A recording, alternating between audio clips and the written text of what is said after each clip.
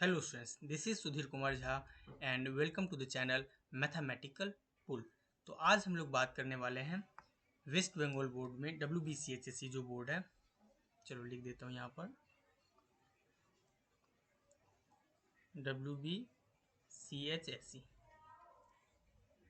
ये जो बोर्ड होता है इसमें क्लास 11th में मैथमेटिक्स का क्या सिलेबस है और उसके अकॉर्डिंग क्या क्या यहाँ पर मार्क्स डिस्ट्रीब्यूशन कैसा कैसा है वो हम लोग बात करेंगे। ओके,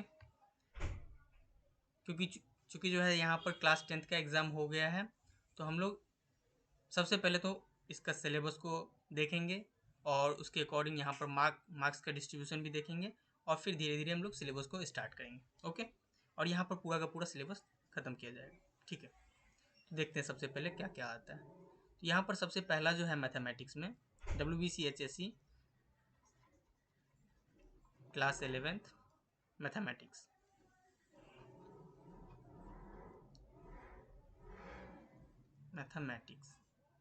ओके, तो यहाँ पर हम लोग देखने वाले हैं कि सबसे पहले syllabus.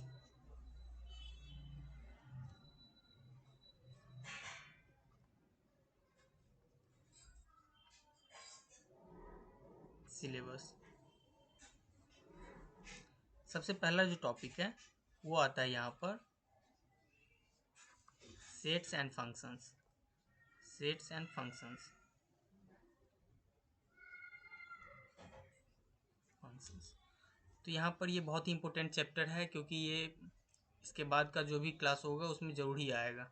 Sets and functions class 11th में है, 12th में है, फिर आप अगर उसके हायर मैथमेटिक्स में जाओगे तो हर जगह मिलेगा सेट्स एंड फंक्शंस। तो ये बहुत इंपॉर्टेंट चैप्टर है। ठीक है, यहाँ पर सेकेंड वाला जो पार्ट है इसमें आता है ट्रिगोनोमेट्री। बहुत बड़ा पार्ट है, 11th क्लास में बहुत बड़ा पार्ट है ट्रिगोनोमेट्री। ओके, बहुत बड़ा पार्ट है ये। ठीक है, सबसे पहले हम लोग टॉपिक को लिख लेते हैं, उसके बाद इसका मार्क्स के ऊपर में हम लोग बात कर लेंगे कि कौन सा टॉपिक कितने मार्क्स का है। ठीक है, नंबर 3 यहाँ पर बात करें अगर तो ये अलजेब्रा। अलजेब्रा ये अगर देखा जाए तो सबसे सबसे बड़ा टॉपिक है क्लास 11th का, सबसे बड़ा टॉपिक। उसके बाद आता है कोऑर्डिनेट ज्योमेट्री।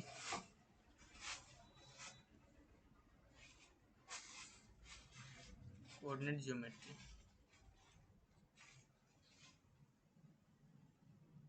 कोऑर्डिनेट ज्योमेट्री ये बहुत बड़ा तो नहीं है लेकिन बहुत ही इंपॉर्टेंट चैप्टर है, बहुत ही इंपॉर्टेंट टॉपिक्स हैं। ठीक है, उसके बाद जो आता है वो है एक छोटा सा टॉपिक आता है जिसको हम लोग डिटेल्स में क्लास 12th में पढ़ते हैं, लेकिन यहाँ पर थोड़ा सा देखते हैं। कैलकुलस। कैलकुलस कैलकुलस में यहाँ पर हम लोग मेनली लिमिट्स और डेरिवेटिव के ऊपर में देखते हैं। सबसे पहले लिमिट्स एंड देन डेरिवेटिव, और बहुत ज़्यादा यहाँ पर डीप में नहीं पढ़ना है लेकिन कुछ यहाँ पर पढ़ना है। ठीक है, थोड़ा सा जस्ट आइडिया के लिए। क्लास 12th में कैलकुलस ही कैलकुलस बढ़ा हुआ। उसके बाद आ जाता है यहाँ पर एक छोटा सा टॉपिक है mathematical reasoning. Mathematical reasoning short में मैं लिख रहा हूँ MR। ठीक है, मैथमेटिकल रीजनिंग। देन उसके बाद यहाँ पर आ जाता है statistics and probability. Statistics and probability.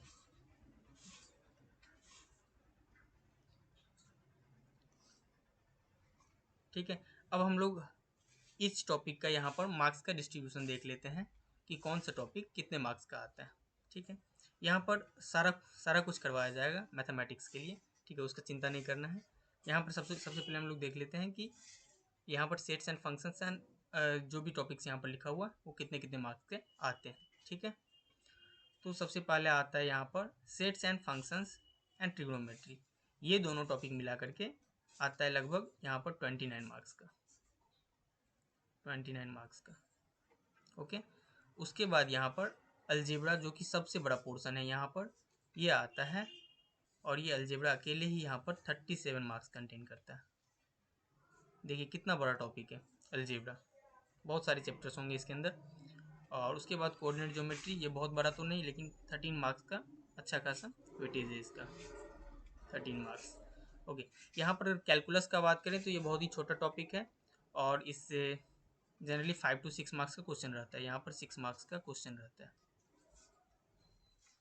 ठीक है, उसके बाद मैथमेटिकल रीजनिंग बहुत ही छोटा है, 1 या 2 क्लास ही काफ़ी होगा इसके लिए, और ये 3 मार्क्स का पूछा जाता है यहाँ से क्वेश्चंस। ओके, उसके बाद आ जाता है स्टैटिस्टिक्स एंड प्रोबेबिलिटी। ठीक है, ये यहाँ पर अच्छा खासा वेटेज रखता है, बहुत बड़ा नहीं, लेकिन यहाँ पर 12 मार्क्स यहाँ पर पूछा जाता है। अगर हम इस सब को ऐड कर लेते हैं तो देखा जा रहा है कि यहाँ पर कितना मिल जा रहा है, टोटल का टोटल 100 मार्क्स मिल जाएगा, 100 मार्क्स, 100 मार्क्स। ठीक है, तो ये हो गया हमारा क्या, सिलेबस, क्लास 11th के लिए टोटल सिलेबस, और टॉपिक के अकॉर्डिंग कौन सा टॉपिक कितने मार्क्स का आता है, ये इसका एक्सप्लेनेशन। अब यहाँ पर हम लोग देखेंगे कि हम लोग कहाँ से स्टार्ट करने वाले हैं। हमारा जो स्टार्ट होगा क्लास 11th का कोर्स, उसमें हम लोग क्या कहाँ से स्टार्ट करेंगे और कैसे कैसे करके कवर करेंगे। तो हम लोग सबसे पहले यहाँ पर अलजेब्रा में तो कहीं से भी स्टार्ट कर सकते हैं, कोई भी दिक्कत नहीं है। ठीक है, बहुत सारे टॉपिक हम लोग क्लास 10th में भी पढ़े होंगे, जैसे कि इनइक्वेशंस हो गया, क्वाड्रेटिक इक्वेशंस, यहाँ पर क्वाड्रेटिक इक्वेशन होता है, और बहुत सारे टॉपिक होते हैं जैसे परम्यूटेशन कम्बिनेशन, बाइनोमियल थ्योरम, और एपी एंड जीपी, ये सब बहुत सारे नए टॉपिक्स भी आएंगे। ठीक है, तो ये सब हम लोग कभी भी कहीं से भी स्टार्ट कर सकते हैं। लेकिन ट्रिग्नोमेट्री में क्या है, ट्रिग्नोमेट्री में हमें क्या करना होगा, बेसिक से स्टार्ट करना होगा। जैसे ही क्लास 10th में हमने जो पढ़ा, 10th में जो पढ़ा उसका सबसे पहले हम लोग रिवीजन करेंगे। ठीक है, क्लास 10th का रिवीजन करेंगे ट्रिग्नोमेट्री में, उसके बाद हम लोग धीरे धीरे स्टेप वाइज में बढ़ेंगे, क्योंकि एक एक से एक रिलेटेड है सारा चीज़, सारा चीज़ एक से एक रिलेटेड है। अलजेब्रा में ऐसा नहीं है, अलजेब्रा में कोई भी टॉपिक कभी भी पढ़ सकते हैं। तो हम लोग सबसे पहले ट्रिग्नोमेट्री में क्या करेंगे, क्लास 10th का रिवीजन कर लेंगे, जिससे कि बेसिक आइडिया पूरा का पूरा क्लियर हो जाएगा। उसके बाद हम लोग धीरे धीरे स्टेप वाइज में उसको कवर करेंगे। ठीक है, और ये दोनों मेन टॉपिक है। अगर देखा जाए तो मोर देन 50% मार्क्स यहाँ से आ रहा है। देखिए यहाँ से ट्रिग्नोमेट्री एंड यहाँ पर अगर देखा जाए अलजेब्रा, इन दोनों को अगर ऐड कर दें तो यहाँ पर क्या मिल रहा है, 29 + 37, ये मार्क्स को ऐड करने पर क्या मिल रहा है, 66 मार्क्स। तो सिर्फ और सिर्फ यहाँ पर 2 टॉपिक से ही 66 मार्क्स कवर हो जा रहा है। तो सोच सकते हैं कि कितना इंपॉर्टेंट है ट्रिग्नोमेट्री और अलजेब्रा। यहाँ पर सबसे बड़ा पार्ट्स भी है, ट्रिग्नोमेट्री में भी कुछ 7 to 8 चैप्टर्स होंगे, और अलजेब्रा में भी कुछ ऐसा ही 7 to 8 चैप्टर्स होंगे जो कि आ रहे होंगे एग्जाम में। ठीक है, तो इन दोनों को हम लोग बहुत ही अच्छे से करेंगे, बाकी सबको भी करेंगे, लेकिन इस पर बहुत ज़्यादा फोकस देना होगा, क्योंकि ये 66 मार्क्स, दैट इज़ 2/3, अगर देखा जाए तो 2/3 पार्ट्स कवर कर रहा है, 2/3 पोर्शन यहाँ पर कवर कर रहा है। तो ये बहुत ही बड़ा पार्ट्स है, इसको बहुत अच्छे से ध्यान से करना होगा। ठीक है, तो इस वीडियो में बस इतना ही, फिर मिलते हैं नेक्स्ट वीडियो में। Thank you so much.